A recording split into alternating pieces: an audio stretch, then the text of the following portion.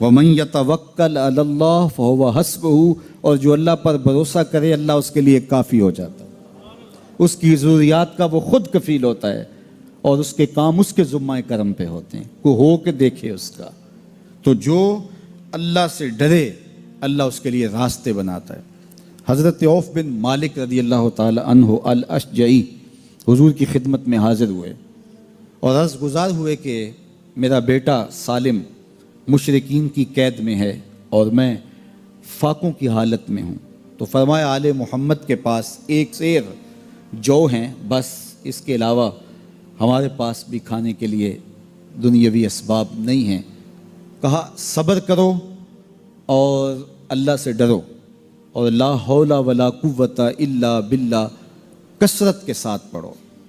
یہ ایسا وظیفہ ہے، ایک حدیث پاک میں آتا ہے کہ یہ 99 بیماریوں کا علاج ہے، اس میں سب سے کم درجے کی بیماری ہم اور غم ہے، یہ دکھوں کا مداوع ہے، مشکلات کا علاج ہے، اور یہ وظیفہ میرے حضور نے بتایا۔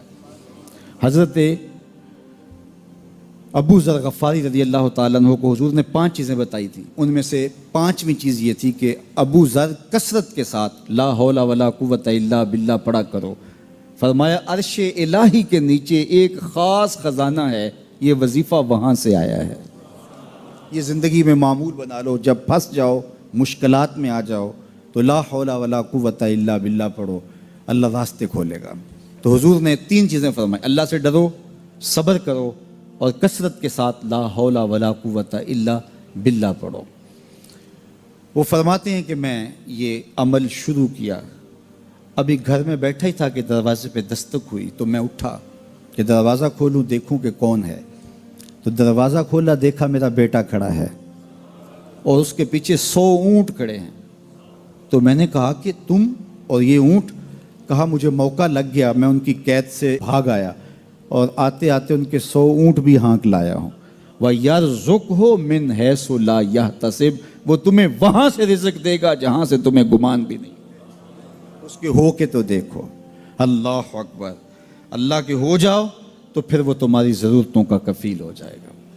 فرمایا حضرت عبداللہ ابن مسعود رضی اللہ تعالیٰ عنہ نے کہ کسی شخص کو فقر و فاقہ آ جائے تو وہ لوگوں کو بتائے کہ میں آج کل بڑے مشکل حالات میں ہوں، ہر وقت لوگوں کو بتاتا رہے تو اس کی مشکل بڑھے گی، اس کی مشکلیں آسان نہیں ہوں گی اس طرح۔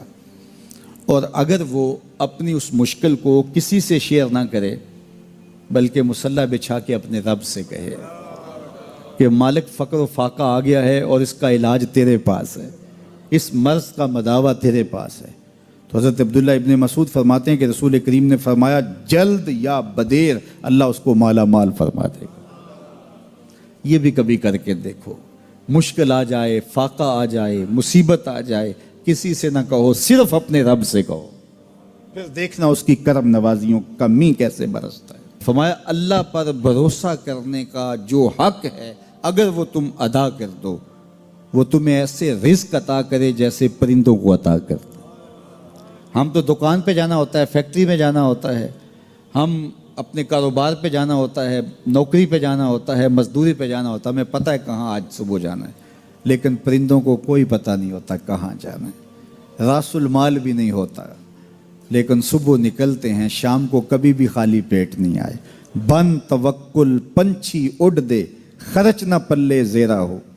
گھر سے خالی پیٹ نکلتے ہیں، جب واپس آتے ہیں تو پیٹ بھرے ہوئے ہوتے ہیں، اور پھر جو ان کی ضرورت ہوتی ہے اللہ وہ ساری ضرورتیں پوری کرتا ہے، جو ضرورت ان کی ہوتی ہے۔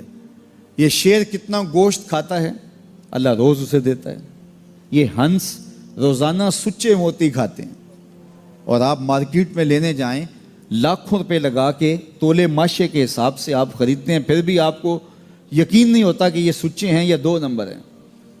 اور ہنس دنیا پہ کروڑوں جانور پائے جاتے ہیں، روز کھاتے ہیں، صبح بھی، شام بھی، دوپہر بھی، پیٹ بھر کے کھاتے ہیں، اللہ روز انہیں عطا کر۔ کہا اس پہ بھروسہ تو کر کے دیکھو، وہ تمہاری ضرورتوں کا کفیل ہوگا، اس پہ بھروسہ کرو گے وہ تمہیں وہاں سے دے گا جہاں تجھے گمان بھی نہیں ہوگا۔ ارشاد فرمایا جو اللہ سے ڈرے اللہ اس کے لیے راستے کھول دیتا ہے، اور اللہ اس کو وہاں سے دیتا ہے جہاں سے اسے گمان بھی نہیں ہوتا۔ حضور نبی رحمت صلی اللہ علیہ وسلم نے ارشاد فرمایا 4 اشخاص ایسے ہیں جن کو جنت میں جانے سے کوئی چیز نہیں روک سکتی، اور فرمایا اگر لوگوں کے سست پڑ جانے کا اندیشہ نہ ہو تو اے عمر میں تجھ کو کہوں کہ یہ بات گلیوں اور بازاروں میں لوگوں کو بتا دو۔ اور پھر حضور نے ان 4 اشخاص کا تذکرہ کیا۔ ایک وہ شخص جو والدین کے ساتھ حسن سلوک کرتا ہے، دوسرا وہ شخص جس کی اولاد زیادہ ہے ذرائع آمدنی تھوڑے ہیں لیکن وہ اپنی اولاد کے پیٹ میں لقمہ حرام نہیں جانے دیتا۔ جب ذرائع آمدنی زیادہ ہوں اور پھر حرام سے بچنا یہ بھی بہت بڑی سعادت ہے، لیکن جب ذرائع آمدنی بھی تھوڑے ہوں اور اولاد بھی زیادہ ہو تو پھر حرام سے بچنا یہ بڑا مشکل اور آزمائش کا مرحلہ ہوتا ہے۔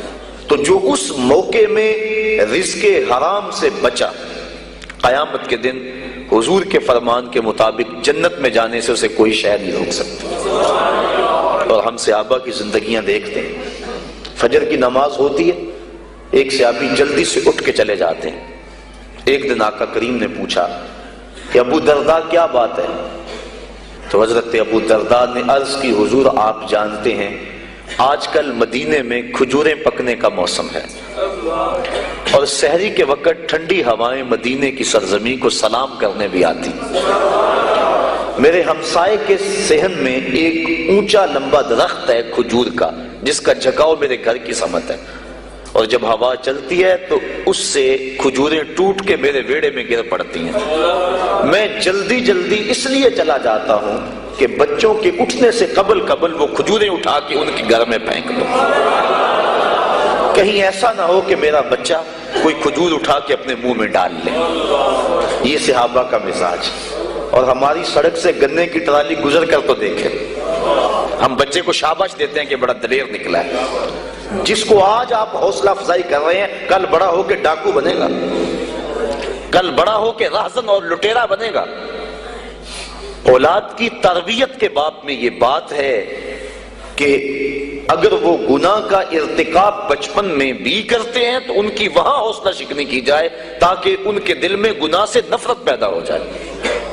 تو حضرت ابو درداء نے عرض کی حضور میں اس لیے جلدی چلا جاتا ہوں کہ ہمسائے کے گھر سے جو کھجور کا درخت ہماری سمت جھکا ہوا ہے اس کی کھجوریں جو گرتی ہیں میں ان کو اٹھا کے ان کے صحن میں پھینک دوں تاکہ کہ میرا بچہ وہ کھجور اپنے اندر نہ لے لے۔ اور آپ جانتے ہیں کہ حضرت امام حسین رضی اللہ تعالیٰ عنہ مسجد نبوی میں آئے، صدقے کی کھجوروں کا ڈھیر لگا ہوا تھا، بچے تھے، ایک کھجور اٹھا کے انہوں نے اپنے منہ میں ڈال لی۔ تو آقا کریم صلی اللہ علیہ وسلم تیزی سے آگے بڑھے اور ان کے حلق میں انگلی ڈال کر حضور نے کہا کہ اس کو نکالو باہر اور اندر سے کھجور باہر نکلوا دیں۔ میں اور آپ اپنے رزق پر اگر غور کر لیں اور اپنے رزق کی حلت کا سامان کر لیں تو عبادت کی لذت نصیب ہو جائے۔ تیسرا وہ شخص کہ جس نے ایسی سچی توبہ کی کہ دوبارہ گناہ کی طرف جانا اتنا مشکل ہے جس طرح تھن سے نکلا ہوا دودھ دوبارہ اندر نہیں جا سکتا۔ اور چوتھی وہ عورت جس نے اپنی ساری محبتیں اپنے خامند پہ نچھاور کر دی اور اس حال میں